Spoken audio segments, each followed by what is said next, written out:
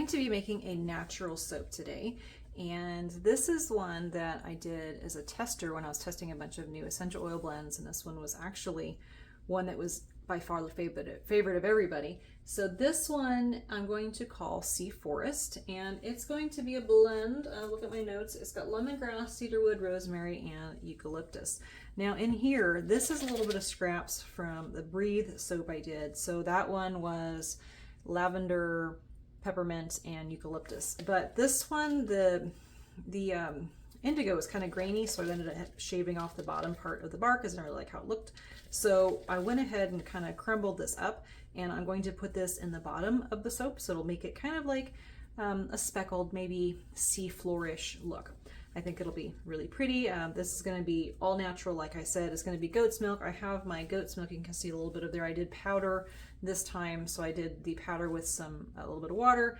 Poured in here. I haven't emulsified it yet, so I'll blend that up first before I add the lye solution. So what I'm going to do is I'll blend this up, bring everything to emulsification. I'll put a quarter of it in with some indigo. Then I'll do some drop swirls. Then I will put okay, I'm going to put greens in here. So I've got some basil that I dehydrated and pulverized, so to speak, or powdered.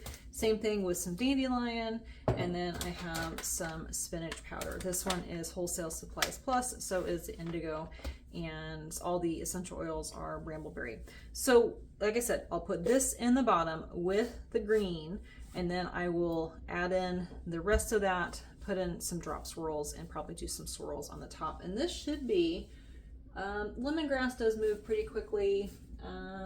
Cedarwood's okay, rosemary's okay, and eucalyptus. So that lemongrass may speed things up, so I'll probably work a little bit faster. And I have some little end beds here that I'm going to embellishments I'm going to use for another soap. So before I put any colors or any fragrances in, I'm going to put a little bit in there so I can use that for later, because this is going to add an extra 2 ounces of soap. So I'm not going to be able to, I have more soap than I need, and I'll put the extra in some little individual molds. So let's go ahead and get started.